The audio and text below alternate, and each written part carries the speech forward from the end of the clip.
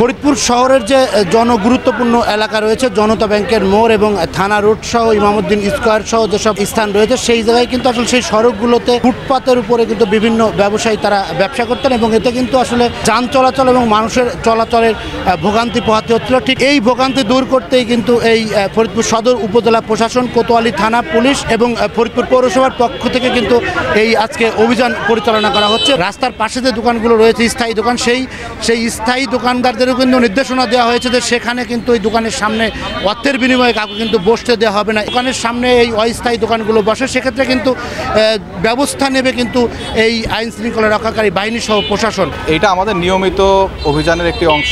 আমরা দেখতে পাই যে এটি একটি ব্যস্ত সড়ক এবং এইখানে সামনেই থানা রয়েছে। প্রচুর মানুষজন এইখান থেকে এই দিক দিয়ে চলাফেরা করে, প্লাস হচ্ছে যে প্রচুর গাড়ি ঘোড়া এই দিক দিয়ে চলাফেরা করে। তো এইখানে যদি এই রকম রাস্তাঘাট দুই পাশ থেকে বন্ধ করে দেওয়া হয়, ফুটপাত দখল করে ফেলা হয়, তাহলে আসলে মানুষের ভোগান্তি হবে। প্লাস যেই অপরাধগুলো আছে যেমন পকেটমার, চুরি, ছিনতাই, এগুলো কিন্তু বৃদ্ধি পাবে। আমরা সে লক্ষ্যে নিয়মিতভাবে অভিযান পরিচালনা করছি। আমাদের কাছে অভিযোগ আছে যে দোকানদের মালিকদের সহায়তায় এখানে ওনারা কিছু টাকা পয়সা দিয়ে বসেন।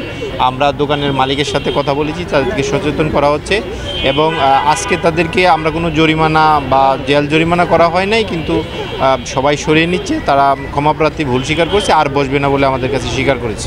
আমরা অবশ্যই যদি পরবর্তীতে তারা আবার যদি বসে, আবার তো অভিযান হবে, এটা তো নিয়মিত অভিযানের অংশ, তখন তাদেরকে আইনানুগ ব্যবস্থা নেওয়া হবে আর কি।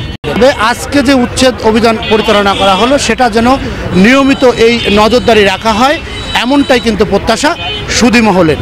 শিকদার সজল, সময় সংবাদ, ফরিদপুর।